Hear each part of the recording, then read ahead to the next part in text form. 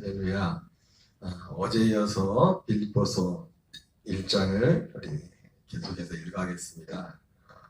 어제 말씀은 빌립보 교회를 향한 사도 바울이 편지를 쓰면서 어떤 인사하는 부분에 관한 부분이었는데, 빌립보 교회는 바울에게 있어서 감사와 기도가 절로 나오는 그런 교회라고 사도 바울이 증거를 했습니다. 그 이유에 대해서는 여러 가지로 말씀을 드렸는데요. 그러한 그 빌립보 교회의 그런 모습들은 바울이 특별히 복음 전파를 위해서 그가 매이게 되는 그 어려운 상황에서 더 분명하게 드러나는 것을 보게 됩니다. 어제 말씀드렸던 것처럼 우리 신앙은 사람도 그렇듯이 봄, 여름, 가을, 겨울을 겪어봐야 됐듯이 우리의 여러 가지 환경 가운데서 우리의 믿음이 진가를 발휘하게 되는 것입니다. 한국 사람들이 어디를 가도 참 적응을 잘하는 것은 우리나라가 사계절이 있기 때문이라는 그런 말씀들을 하는 것을 많이 들었습니다. 그렇습니다. 사계절, 우리가 자연적으로도 사계절이 있지만 우리 사람으로서, 신앙으로서 모든 면에 있어서 다 사계절이 있습니다. 비로소 그 사계절을 통해서 우리의 믿음이 견고해지고 또 하나님을 향한 그런 믿음도 하나님께서 물론 사계절은 아니지만 하나님이 우리의 인생은 우리의 믿음의 길을 인도하실 때 또 어떤 인생들을 인도하실 때 하나님이 항상 좋은 일만 주는 것도 아니고 항상 하나님이 나쁜 일만 주는 것도 아니고 물론 그 좋은 일과 나쁜 일이라는 사실 그 기준도 사람 보기에 그렇지 하나님 보기에 또 다를 수도 있죠. 그렇지만 어쨌든 그러한 것들을 주시는 것은 그 모든 일을 통해 하나님이 사람이 하나님을 더듬어 찾도록 하기 위해서 하나님 앞에 가기 위한 하나님의 통로라는 것을 보게 됩니다. 우리 한번 12절부터 같이 읽겠습니다. 형제들아 내가 당한 일이 도리어 복음 전파에 진전이 된 줄을 너희가 알기를 원하노라. 바울이 당한 일은 사도 바울에게 당한 일이 복음 전파의 진전이었다. 이렇게 말씀하고 있어요. 여러분 그 당한 일이 뭡니까? 13절에 보니까 나의 매임이 그리스도 안에서 온 시디아는과 그 밖의 모든 사람에게 나타났으니 형제 중 다수가 나의 매임으로 말미암아 주 안에서 신뢰함으로 겁없이 하나님의 말씀을 더 담대히 전하게 되었느니라. 사도 바울이 물론 바울은 빌립보 교회 한 교회 담임자가 아니죠. 빌립보는 유럽의 첫 전도지 처음 세웠던 교회이고 유럽뿐만 아시아와 수많은 교회를 세운 어떻게 보면 수많은 교회에 아시아와 사실 이방인의 지역에 세워진 교회들은 대부분 물론 그 이전에 그 오순절에 왔던 각국에 흩어졌던 사람들이 오순절에 예수님 믿고 돌아가서 세운 교회들도 분명히 있을 겁니다. 그런 교회들도 많이 있을 겁니다. 그들이 세운 교회들이. 그러나 정말 이렇게 든든하게 교회가 세워진 것은 바울을 통해서. 왜냐하면 여러분 오순절 우리가 초대교회를 생각할 때 초대교회를 굉장히 완전한 교회라고 생각하지만 완전한 교회가 아닙니다. 굉장히 과도기적인 시기에 있었어요. 그래서 그 베드로 때도 그렇지만은 베드로 같은 경우도 이 예루살렘의 초대교회 지도자고 그랬지만은 베드로조차도 성령 받고 안전병을 일으키고 이 수많은 능력을 했지만은 그가 믿는 믿음이 복음이 뭔가에 복음이 무엇인가에 대한 정확한 정립이 베드로도 되어 있지 않았다고요. 그래서 사도 바울이 갈라디아에서 그 믿음의 선배 베드로를 만나가지고 베드로가 이 복음과 율법과의 관계가 아직 정립이 되어 있지 않아서 그도 외식을 하다가 유대인들과 같이 있다가 바울이 썩들으니까 딱 이제 자리를 싹 피하고 요즘 말로 아주 그냥 나를 딱 모르는 사람처럼 그런 걸 하는 걸 보면서 베드로를 책망을 했다고 오히려 그런 얘기 나옵니다. 사실 그래서 오순절에 그 사람들이 바꿔서 교회를 세웠겠지만은 그 이후에 그냥 그것이 그대로 내버려둔다면 정말 하나님이 원하시는 교회 하나님이 세우고자 하는 그런 교회의 모양은 나올 수가 없는 겁니다. 제가 언젠가도 말씀드렸지만 교회하면 예루살렘 교회, 그 다음에 안디옥 교회 이렇게 말을 하지만은 사실은 예루살렘 교회, 안디옥 교회보다 더 온전한 교회는 에베소 교회입니다.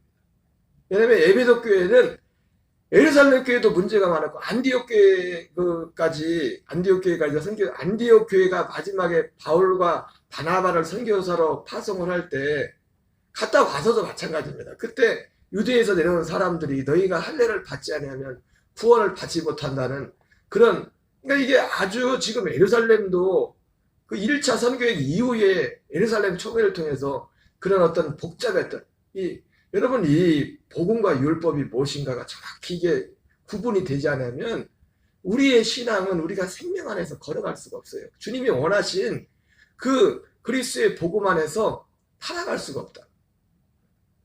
그래서 사도 바울이 갈라디아에서 이 복음과 율법의 관계에 대해서 정말 칼날같이, 그래서 430년 후에 생긴 율법이 430년 전에 그 율법을 무효화시킬 수 없다. 복음은 율법 이전에 있었던 것이다. 율법을 준 목적은 복음으로 인도하기 위해서. 여러분 율법이라는 것이 언젠가도 말씀을 드리지만 율법은 양날의 검과 같아서 이것이 우리를 그리스도께 인도하는 복음의 어떤 중보적인 역할을 해서 준 것인데 이것을 내가 지켜서 내가 이것으로 의롭게 여기려면 그것이 내가 사망의 법이 되는 겁니다. 내가 스스로 이것을 지켜서 하나님의 의롭게, 물론 그 율법은 지키라고 준 것이죠. 지키라고 준 거지만 결국은 못 지켜요. 우리는 다 율법을 무시하고 아무렇게나 살라는 게 아니죠. 오히려 복음은 율법을 완전케 한다고 했는데, 그러나 그 율법을 내 스스로 내 옛사람으로 스스로 지켜서 그것을 행할 수가 없어요. 결국은 그것은 자기의로 끝나는 것입니다. 자기의로. 어쨌든 이 교회들이 사실은 교회가 온전한 교회 모양으로 세워진 그 교회가 바로 에베소 교회, 예루살렘 교회보다, 안디옥 교회보다, 물론 그 교회마다 의미가 있고 그 과정마다 다 소중한 교회지만은 비로소 이 교회가 하나님이 원하시는 교회 모양으로 물론 사람들이 모였기 때문에 교회가 문제가 왜 없겠습니까? 문제없는 교회는 아무도, 왜? 우리도 내 안에 오늘 나라는 한 사람 안에도 내가 교회지 않습니까? 응? 내 자신이 교회인데 교회는 내 자신 안에도 하도 말고 항상 우리 안에 싸움이 있단 말이에요. 육체의 소욕이 있고 성령의 소욕이 있고, 그런 면에서는 하나님이 그렇게 허락해 주셨어요. 지금 우리가 사는 삶의 환경에서 문제가 항상 있는 거죠. 그럼에도 불구하고 하나님이 전한 어떤 이런 복음이라는 이 소중한 복음에 있어서 사실은 에베소 교회가, 사도 바울이 썼던 에베소 교회가 예루살렘 교회보다도 안디옥 교회보다도, 왜? 에베소 교회는 그 안디옥 교회도 문제가 많지만 1차 안디옥 교회에서 바울과 바나바를 1차 선교사로 파송했었는데 그들이 1차 선교회를 갔다 와서도, 물론 바나바와 바울 같은 경우는 사실은 1차 선교여행 갈 때 이미 그런 것들이 다 정리가 된 상태였죠. 그러나 예루살렘 교회도 그렇고 안디옥 교회도 그렇고 이 문제가 정확히 해결되지 않은, 이게 정리되지 않은 상태였단 말이에요. 그래서 유대에서 왔던 어떤 사람들이 와가지고 당신들 할례 받지 않으면 구원받지 못한다, 그 말했을 때 아주 난리가 난 겁니다. 그래서 이 문제를 위해서 그 안디옥 교회에서 대표로 바나바와 바울을 예루살렘 총회에 보내거든요. 그래서 거기에서 다행히 베드로와 야고보와 이 교회 지도자되는 사람들이 함께 마음을 자기들이 동일한 은혜. 그래서 갈라디아에서 보면 베드로와 야고보와 이 사람들이 바울에게 주신 은혜를 안다고 했지 않습니까? 그게 주신 은혜.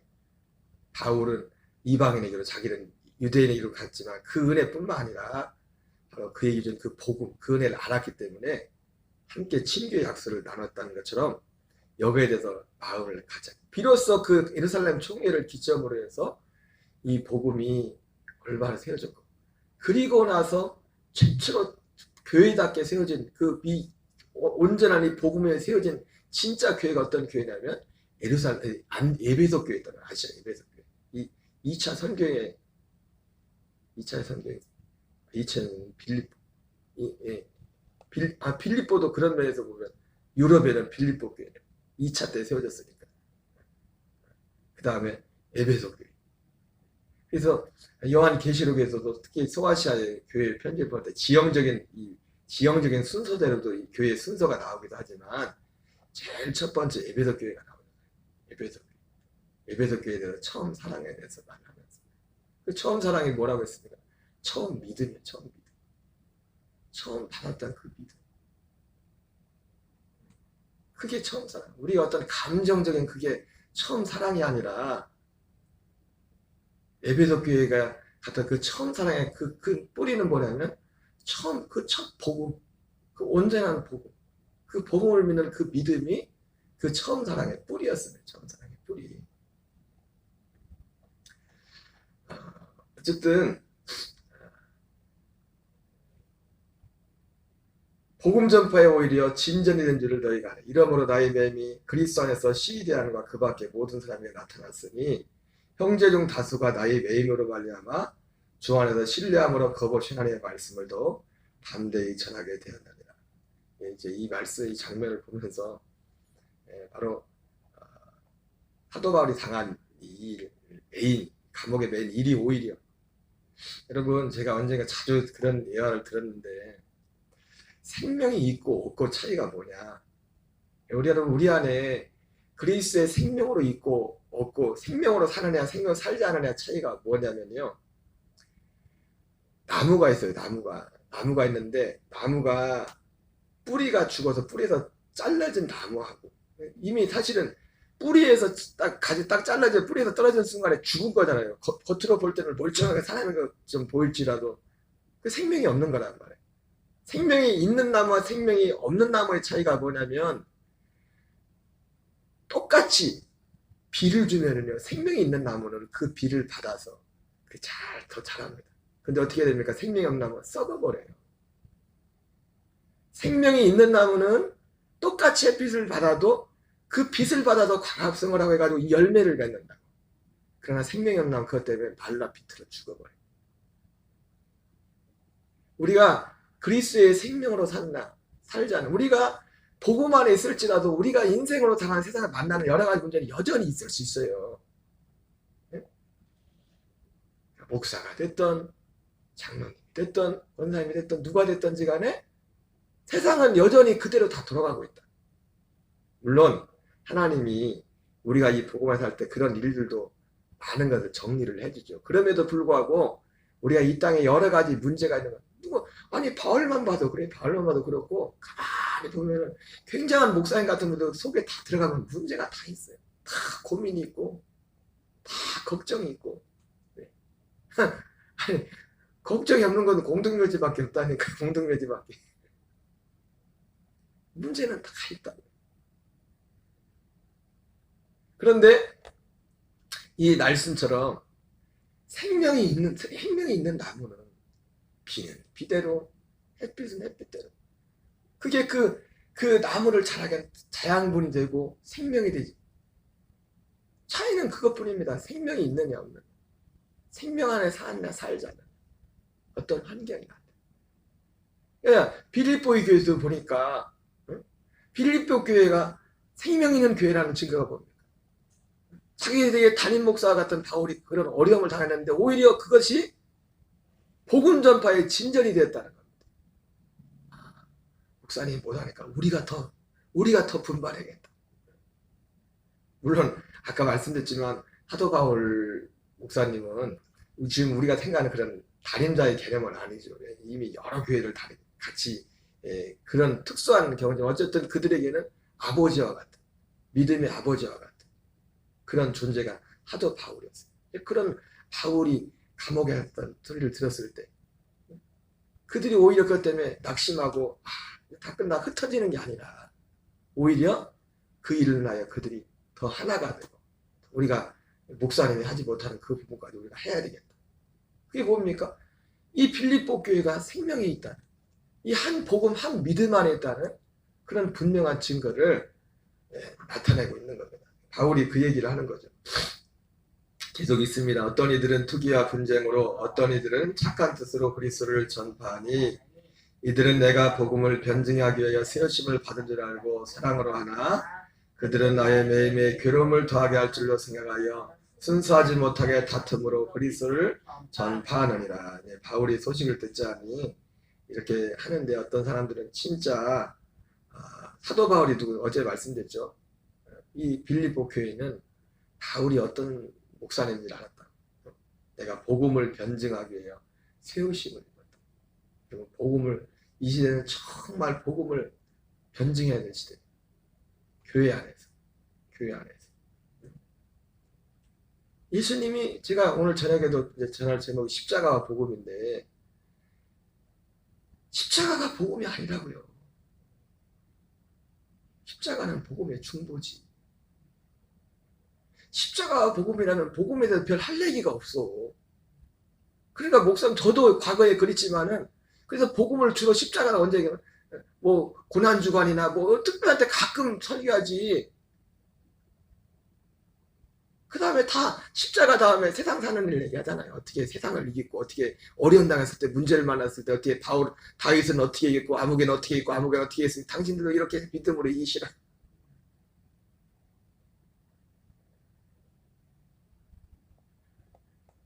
십자가가 복음이라면요 별 할 얘기가 없어요. 제가 매 시간마다 이렇게 똑같은 얘기 같지만 이런 얘기가 반복될 수 있는 게 뭡니까? 십자가가 복음이나 복음이 따로 있기 때문에 그래. 따로 있기 때문에. 십자가는 그러나 너무 중요하죠. 왜? 십자가 없이는 복음이 이루어질 수 없으니까. 복음이 중보로서 십자가지. 복음과 십자가는 하나이면서도 구분된 거라고. 구분. 바울이 모든 편지가 어제도 말씀드렸지만 사도들이 전했던 모든 편지가 결국은 이 복음을 변증하는 겁니다. 왜? 다른 말을 하는 사람들이 왜 변증합니까? 똑같은 이걸 그대로 받아들인다면 변증할 이유도 없죠. 그냥 왜 변증한다는 표현을 썼어요. 이걸 받아들이지 않기 때문에 이거를 반대하는 세력들이 있기 때문에 다른 복음을 전하는 사람들이 있기 때문에 변증할 수밖에 없는 겁니다. 변증하는 표현을 썼어요. 전달하는 그 자체도 사실은 변증하는 그런 그 내용이에요. 내용은. 근데 이제 이 변증이란 표현을 굳이 더 쓴 것은 이 복음을 반대하는 사람들이 이걸 받아들이지 않는 사람들이 많이 있었기 때문에 그렇습니다. 그들은 나의 매임에 괴로움을 더하게 할 줄로 생각하여 순수하지 못하게 다툼으로 그리스도를 전파하느니라. 그러면 무엇이냐? 거칠로 하나 창으로 하나 무슨 방도로 하든지 전파되는 것은 그리스도를 이루어서 나는 기뻐하고 또한 기뻐하리라. 시기로 아마 그랬나 보냐. 사람들의 이목이 바울에게 딱 집중됐다가 목사님들도 사람이기 때문에 인간적인 생각을 하면 그럴 수 있지 않습니까? 이만 목사냐? 그랬는데 마침 바울이 감옥에 들어가니까 야 이제는 우리가 왕이다. 그나마 그들이 시기심을 할지라도 사실은 시기심을 가지고 그리스도의 복음을 전할 수는 없어요. 복음 자체가 그렇기 때문에. 여러분 옛사람으로는 이 그리스도의 복음은 옛사람으로 전할 수 없어요. 지식적으로 전하는 거 잠깐 하다가 할 수밖에 없어요. 저도 여러분 미약하지만 1년 넘게 2년 가까이 이걸 계속 전할 수 있는 건 뭐냐면 내 안에 생명의 역사가 있기 때문에 그런 거예요. 안 그러면 이거 할 수가 없어요. 이거는 그냥 지식이 아니기 때문에. 내가 그 생명 안에서 살지 못하면 이 복음은 전할 수 없다니까요.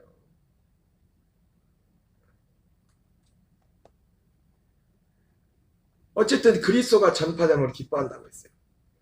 19절 읽겠습니다. 이것이 너희의 간구와 예수 그리스도의 성령의 도우시 나를 구원에 이르게 할 줄 아는 거로 나의 간절한 기대와 소망을 따라 아무데든지 부끄러워하지 아니하고 지금도 전과 같이 온전히 담대하여 살든지 죽든지 내 몸에 그리스도가 존귀하게 되게 하려 하나니. 바울은 이 간절한 기대와 소망은 그리스도가 전파되는 것이죠. 그러면서 아무 일이든지 부끄러워하지 아니하고. 다른 번역에 보면은 부끄러워하지 아니하고는 내 입장에서 능동적인 그런 표현을 돼 있는데 부끄러움을 당하지 아니하고 그렇게 돼 있어요. 다른 번역에는 현대인 성경이나 다른 거 부끄러움을 당하지 아니하고. 여러분 우리 믿는 사람들에게 하나님의 아들들에게 부끄러움은 다른 게 부끄러움이 아니에요. 다른 게 부끄러움이 아니라 여기 보니 20절에 보니까 부끄러워하지 않고 지금도 전과 전전히 담대하여 살든지 죽든지 내 몸에서 그리스도가 존귀하게 되게 하려 하니. 이것과 반대로 사는 게 부끄러움을 당하는 거예요. 사도 바울이 내가 아무 일이든지 부끄러워하잖아요. 부끄러움을 당하지 않아요. 하나님의 아들들에게 있어서 결국 결과는 한마디 말하면 우리에게 있어 진짜 부끄러운 건 뭐냐면 내 옛사람이 다시 나오는 거예요. 내 옛 자아가 나타. 내가 드러나는 거예요.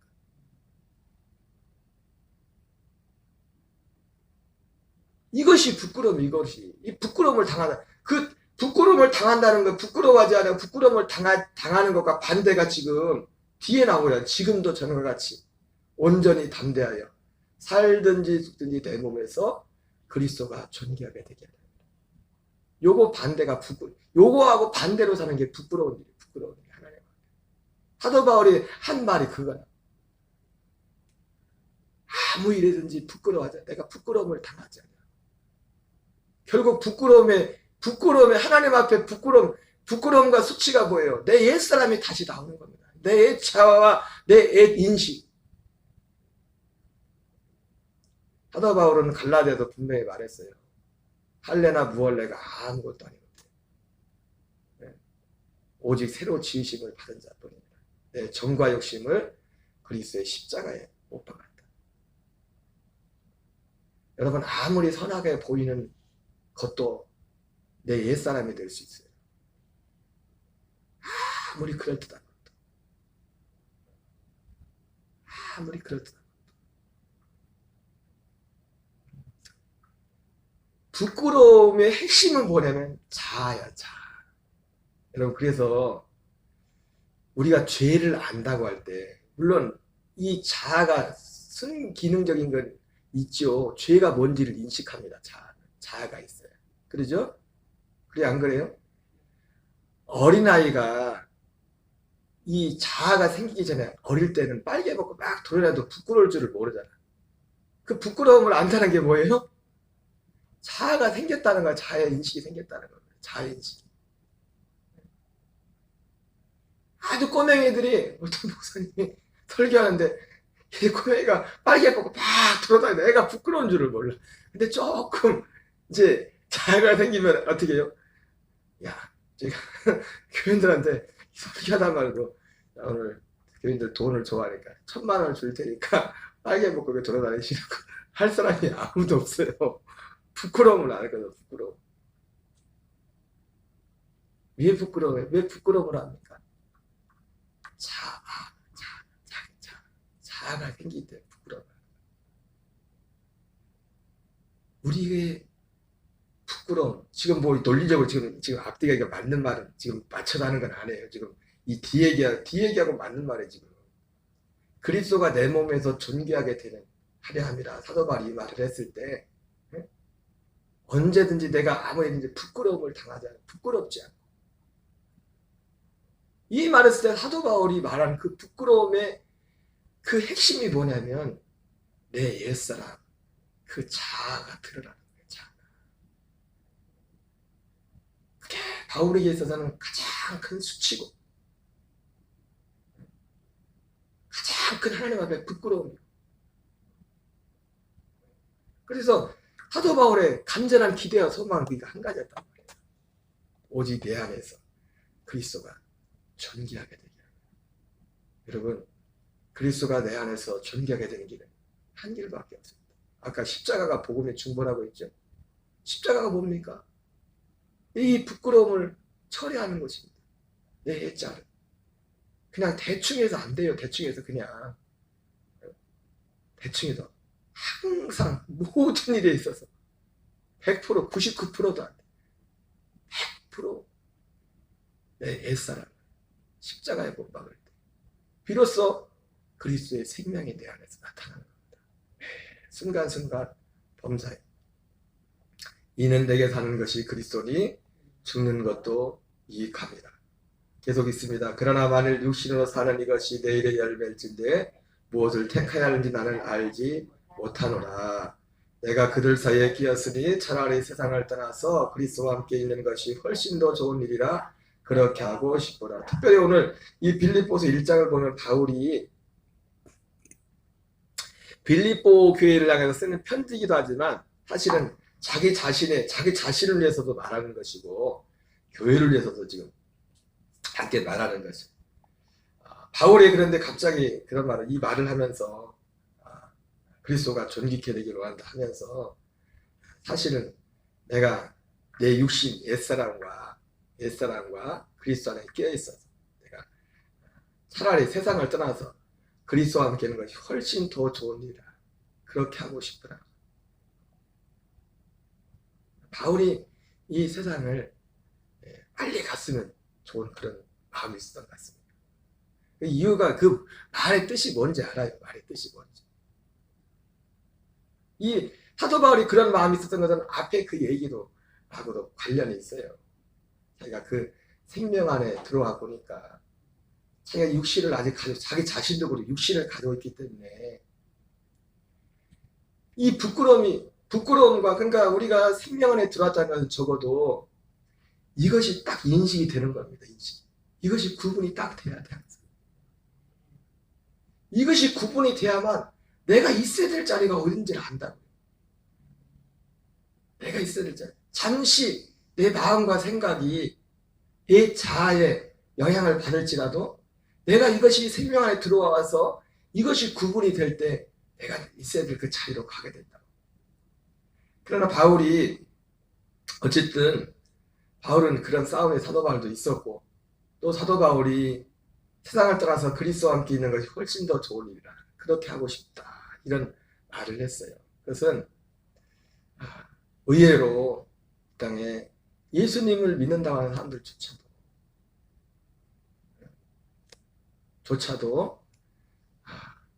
이 사도 바울과 같이 그런 간절한 기대와 소망을 가진 이 믿음 안에 사는 사람들이 많잖아요. 이게 사실은 바울에 있어서 진짜 피곤한 일은 뭐였냐면 그래서 빌립보서 3장에 나오지 않습니까? 바울이 많은 사람들이 내가 이제도 눈물을 흘리면서 간구하는데 많은 사람들이 십자가의 원수로 행하는 거예요. 십자가의 원수로 행한다는 게 뭐예요? 십자가가 원수가 뭡니까? 십자가는 여러분 제가 지난주도 말했잖아요. 복음이 기쁜 소식이라고 했지만 복음은 사실은 진짜 복음에 들어가면요 난리가 나게 돼 있어요. 왜? 옛사람은 결코 복음을 기뻐하지 않아요. 자기가 죽는 길인데 우리 속사람만 복음을 원하고 있다고요. 속사람이 복음을 진짜 원하는 것은. 그러니까 십자가와 많은 사람들이 십자가의 원수를 행한다는 게 뭡니까? 방금 앞에서 말했던 것처럼 부끄러움이 뭐랬어요? 자. 그들의 신은 배요. 땅의 일을 생각하는 자. 이 당연한 거죠. 육체는 그들의 신인 하나님이 배고 땅의 일을 생각하는 자라. 바울이 사실 피곤했던 게 뭐냐면 내가 만나는 사람들마다 다 이 같은 생명에 살면 얼마나 서로 위로가 되고 힘이 되고 좋겠습니까? 바울이 이런 얘기를 한 배경에는 이런 말을 한 데에는 개인적인 안에서 나오는 계속해서 했던 싸움, 영적인 믿음의 싸움에서 육을 입고 있기 때문에 그런 한계성에서 하는 말도 있었기 때문에 또 그는 그 나라를 직접 경험했기 때문에 실제로 이 안에서 생명으로도 경험하고 실제 셋째 하늘에 가서 그 나라를 보고 왔기 때문에 제가 언제 말씀드렸죠. 저희가 기도원 가서 처음 예수님을 믿었는데 그 기도원 원장님이 평생 불상을 10몇 년 저희 이모부님 누님이에요. 누님 나중에 알고 봤더니 그분이 예수님을 사실 극적으로 이제는 입신해가지고 이제 천국 지역을 갔다 오시고 나서 이제 예수님을 믿으셨었는데 천국에 낙원이죠. 낙원에 갔다 왔는데 갔다 오니까 진짜 그런 생각이 든다. 세상의 땅의 생각도 다 남편 생각도 나고 자식 생각도 다 나는데 진짜 다시 오기 싫더래. 진짜 다시 오기 싫다. 땅의 일이 다 생각난다. 다 생각난다. 바울은 그런 사람이 아니에요. 그런 사람이에요. 그런 의미에서 그 나라가 좋으니까 빨리 가고 싶다. 그런 것도 있지만 이 세상에 이 믿는 사람들, 예수 이름 부르는 사람들조차도 많은 사람들이 십자가의 원수로 행합니다. 여러분, 십자가는 그냥 중세시대 면죄부처럼 돈 딸랑 떨어지면 죄 용서받는 것처럼 그런 게 아니에요. 십자가는 내가 내 옛사람, 내 진짜 부끄러움의 핵심이 나의 옛사람이 장사되는 것이다. 그리고 난 다음에야 하나님이 그 사람들만 그 거창으로 이끌어서 그의 영원한 죄, 영원의 죄를 사, 그리고 하나님의 아들의 생명으로 거듭나게 해서 그 생명으로 살게 하는 거예요.